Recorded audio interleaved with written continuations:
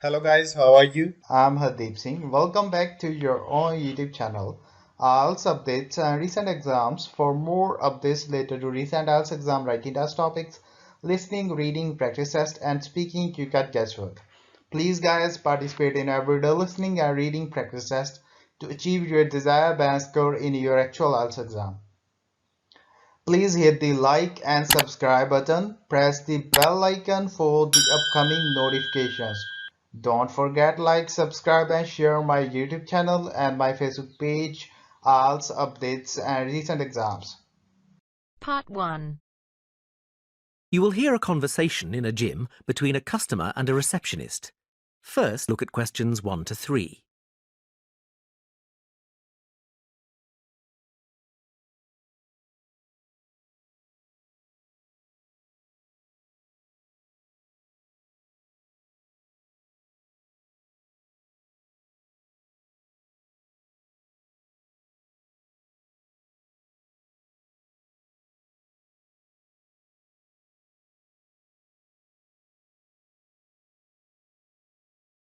Now we shall begin. You should answer the questions as you listen, because you will not hear the recording a second time. Listen carefully and answer questions 1 to 3. Hello, and welcome to Smith's Gym. Hi there. I'd like to become a member. Yes, of course. We just need to fill out a couple of forms and then I can show you around the gym. That would be great. Let's start with the membership form. Can I have your name, please? Yes, sure. Brad Simmons. Is that Simmons with a D or without? Without. SIMMONS. Got it. And can I take a contact number, please? Yes, sure. It's 04983 55521. OK. 04983 55531. No, it's 21 at the end. Great. And do you have an email address? Yes, brad07@elemnet.com. That's ELEMNET.com. Right. Now, we've got 3 membership types here. Bronze, which is just off peak and costs £21 a month. Silver, which means you can use the gym at all times. This is £36.50. Or for just £5 more, you can get a gold membership, which gives you free access to the squash and tennis courts and all classes. For now, I think I'll just take the silver. That's fine, sir. That'll be £36.50 a month. Great. When can I start? Well, you'll need to have an induction first. We have spaces at 2:30, 4:45 and 8:15 tomorrow. Would any of these be suitable? I can't do tomorrow. Do you have anything for Saturday? Is that the 12th of November? No, it's the 11th. Yes, that's fine. Would 2:30 be okay? That's fine. I'll book you in with our trainer, Rob Ellis. Now, would you like me to show you around? That would be great. Before you hear the rest of the conversation, look at questions 4 to 10.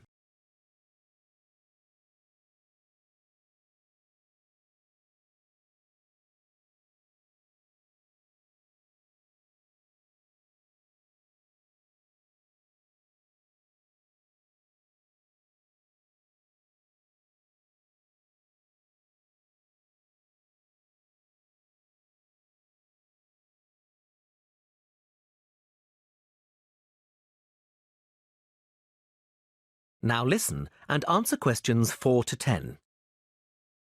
OK, follow me. Let's go up the stairs to the main equipment room.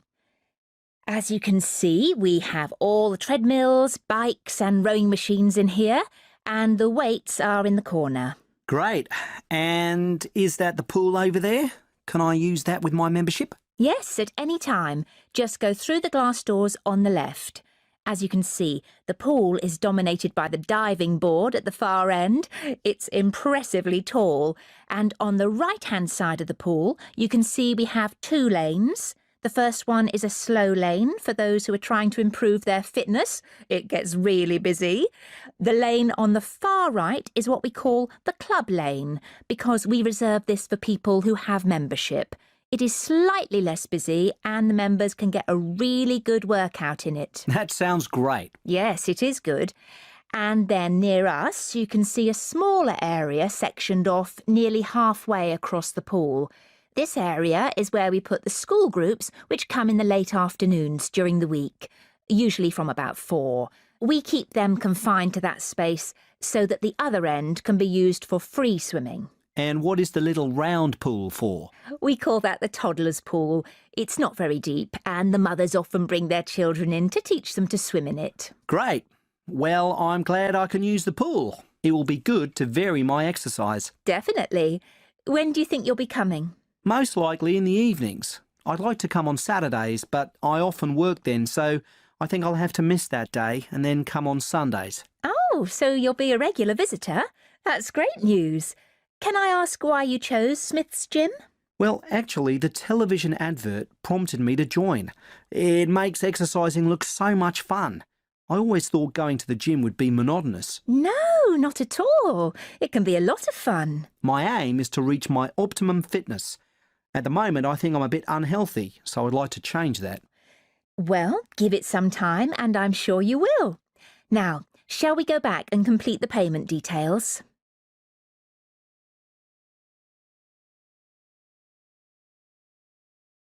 That is the end of part 1. You now have half a minute to check your answers.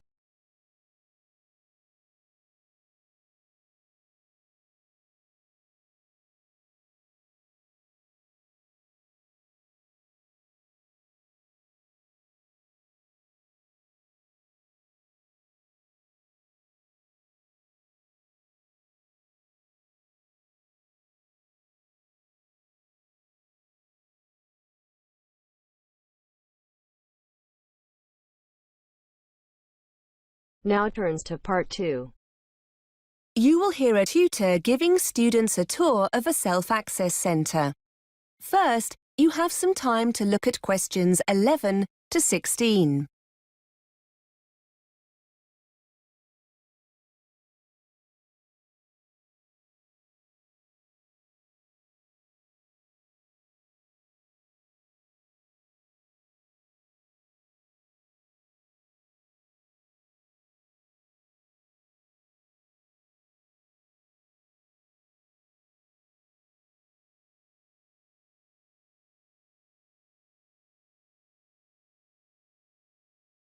Now listen and answer questions 11 to 16.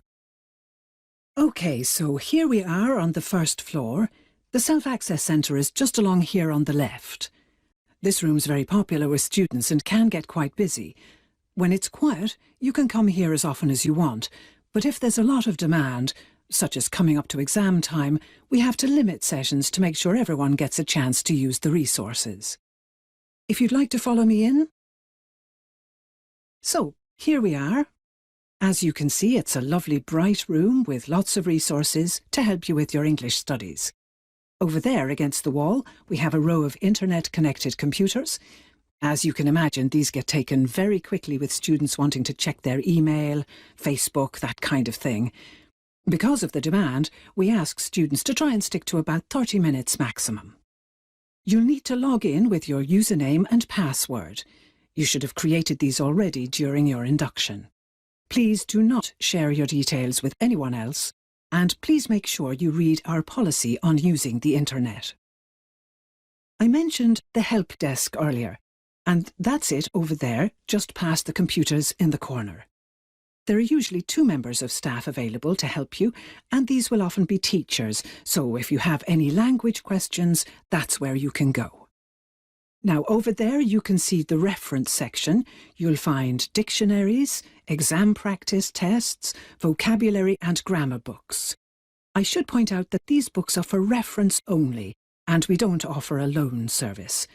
We are allowed to make photocopies of 1 or 2 pages, so if there's an exercise you need a copy of, ask the staff to help. Now, these computers on the oval table here, they're our high-spec PCs. You'll find programs to help you with your English, but also opportunities to practice other languages, such as Spanish, Chinese, German, several languages in fact. Some of them require a CD-ROM. You can collect them from the help desk. Oh, by the way, there's no internet connection on these computers, nor any office software for the time being. If you want to do any word processing, you'll need to use one of the laptops we keep for this purpose. Again, see the staff if you need one of these. Before you hear the rest of the tour, you have some time to look at questions 17 to 20.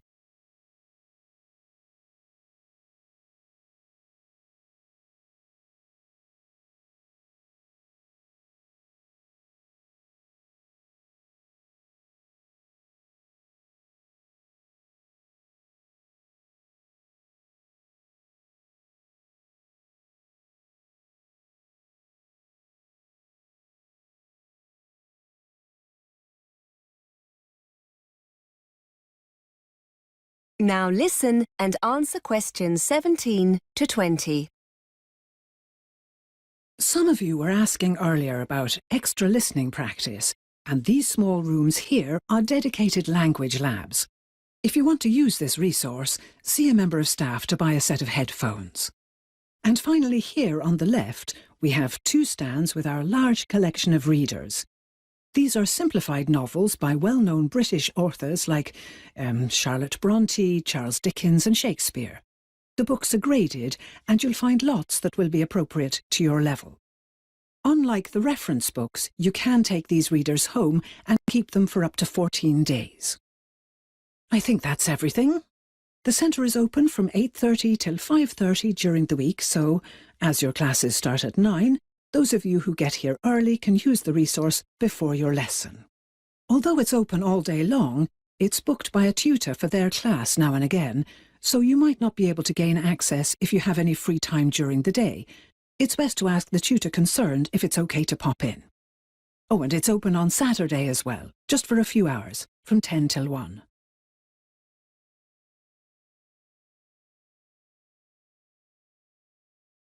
That is the end of part 2. You now have half a minute to check your answers.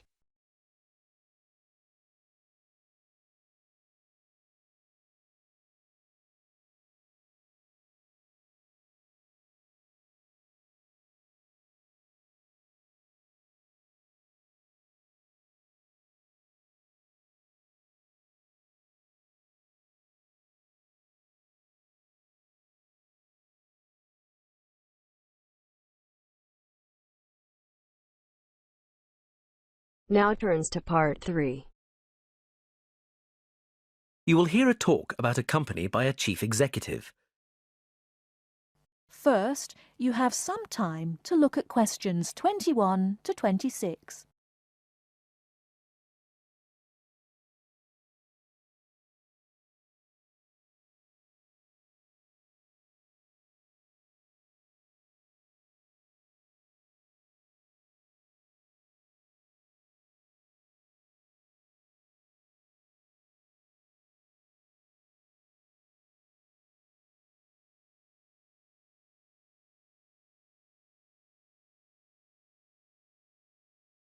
Now listen carefully and answer questions 21 to 26.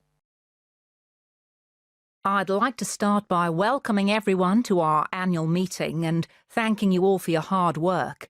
It's been a great year for us in terms of expansion and optimising business opportunities, and I'm pleased to say that Benchmark Consulting is a thriving, successful company. I'd like to take this opportunity to give you an overview of where the company began and where we'll be going in the next 10 years. For those of you who've been with the company since the start, sorry if you already know all this, but we have so many new staff members that I thought it would be worth filling in some background information. Benchmark Consulting was set up in 2000 by James Cox, a local entrepreneur who opened the first office in Melbourne. His real achievement was to create a new consultancy system which enabled clients to see which of the key areas of their business needed strengthening. James was incredibly successful with his system and started the company off on a journey of expansion. He retired in 2006 and was succeeded by Fred Montgomery. Fred shared James's views on consulting and continued the expansion. He increased revenue to $5 million and opened a new office in Perth. Soon the benchmark consulting system had become just that, the benchmark for many other consulting firms, and Fred took the opportunity to sell Benchmark for $10 million in 2008. Our new owners are, as you know, TFB Group Limited, and their investment has allowed us to build our brand new headquarters here in Sydney. TFB Group have brought us more exposure at a national level, and our most recent success has been winning a contract with the Government of Australia, advising on management restructuring. Now, we ourselves have done a little reorganisation over the last year to maximise our productivity. We've thought long and hard about the best location for the marketing department, as this is the key to facilitating our future business. Although Perth has a large number of marketing companies, which enables us to learn from our competitors, it's Melbourne that's the gateway to international connections, and therefore we've decided to move all marketing operations there. In terms of professional development, we wanted to optimise the training programs available to our staff because training is vital if we want to remain competitive. As a result, staff training will no longer be here in Sydney, but instead will take place in the Perth office, where new facilities have been installed. Finally, we've looked at how to optimise our back office administrative functions. Currently, each office has its own admin department. However, this is proving to be less efficient than we would like. In order to resolve this situation, all these functions will now be centralised here in Sydney. Before you hear the rest of the talk, you have some time to look at questions 27 to 30.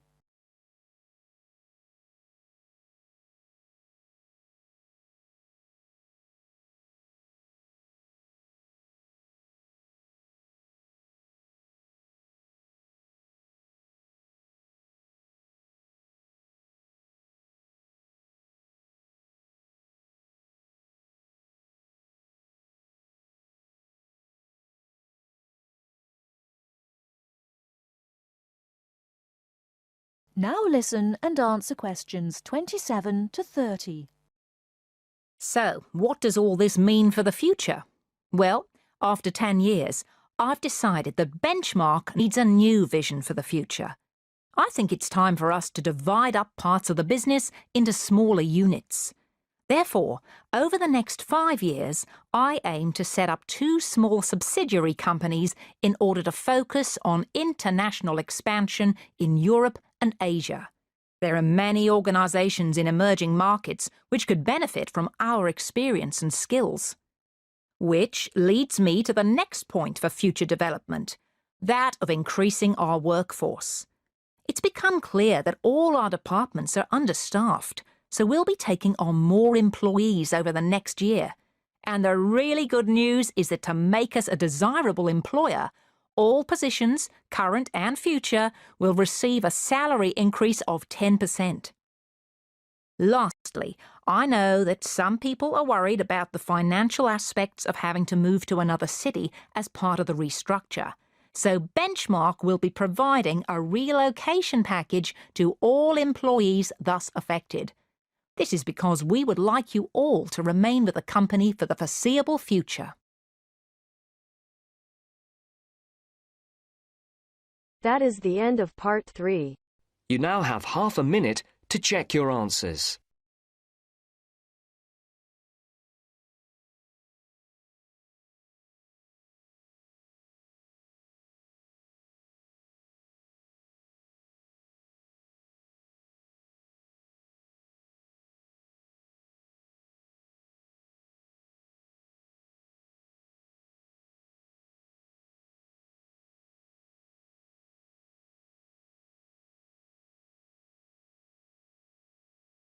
Now turns to part 4. You are going to hear a student giving a talk about her research project on the subject of urban design. First, you have some time to look at questions 31 to 37.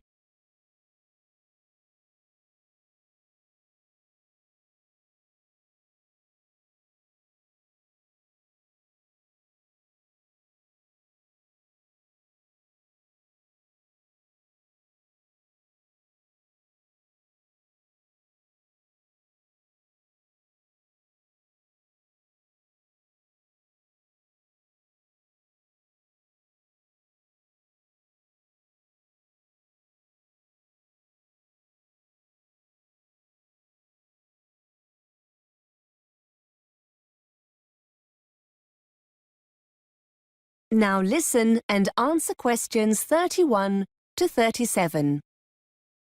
OK, everyone. This week it's the turn of Carol to talk about the progress of her research project. Over to you, Carol. Thanks. Yes, hello, everybody. I'm going to talk about something called shared space and the research I'm in the process of carrying out into people's attitudes to this, as it might affect them in their local community. First, I'd best explain what shared space is.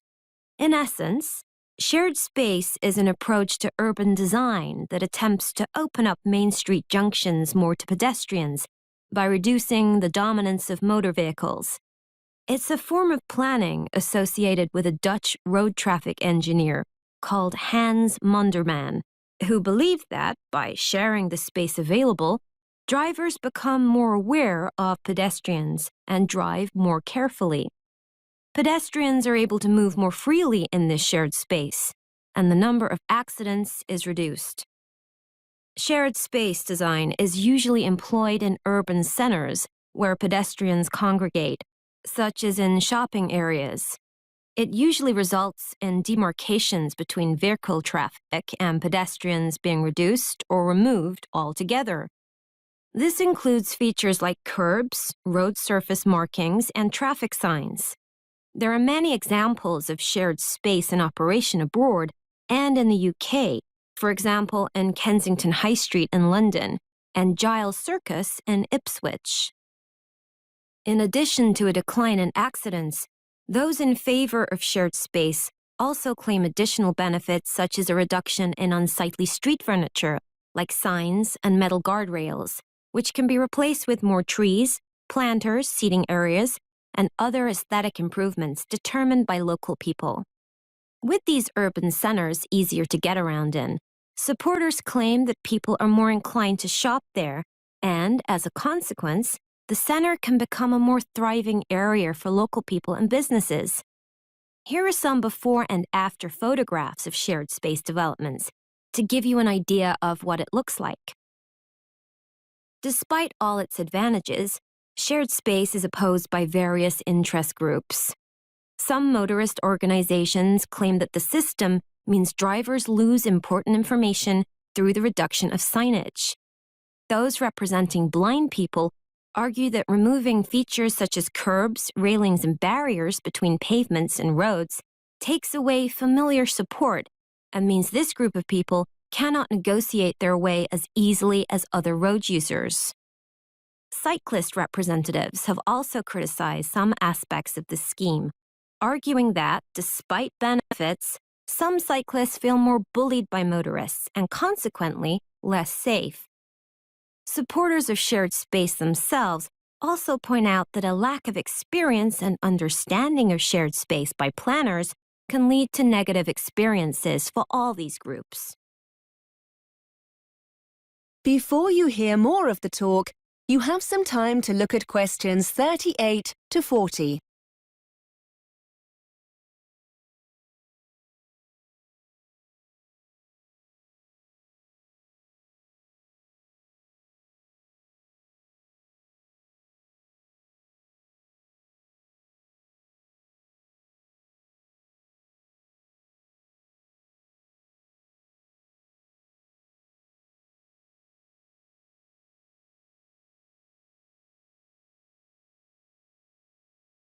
Now listen and answer questions 38 to 40. To carry out my research, I approached a local campaigning group in my area who were interested in adopting shared space in our local shopping center. I discovered that they were very keen to get feedback from local residents on shared space, and because of the experience I'd gained in research methods, they were keen for me to construct a questionnaire for them. The focus group have a website and an active social media presence, and they decided that the questionnaire will be available as an online survey. Hard copy questionnaires will also be used for face-to-face interviews.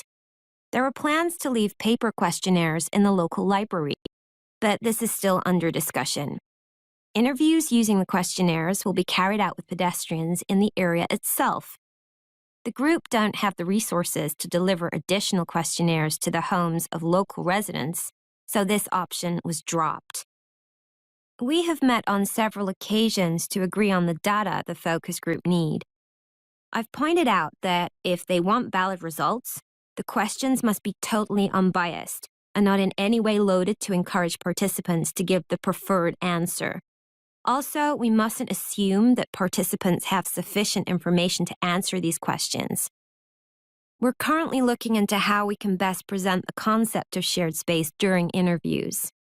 I've designed some of the questionnaire, and I'd just like to spend a few minutes going through it with you. I'd be grateful for any feedback you have.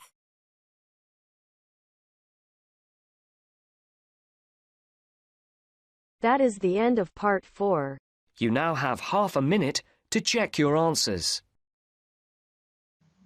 So guys, don't forget like, subscribe and share my YouTube channel and my Facebook page, IELTS updates and recent exams. For more updates related to recent IELTS exam writing test topics, listening, reading, practice test and speaking, you got guesswork.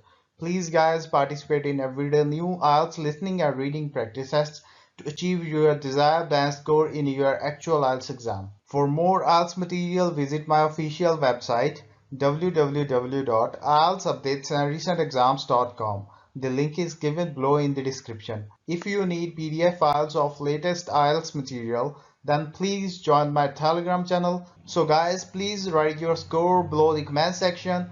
Again, thanks for listening. God bless you all guys. Stay tuned, stay safe.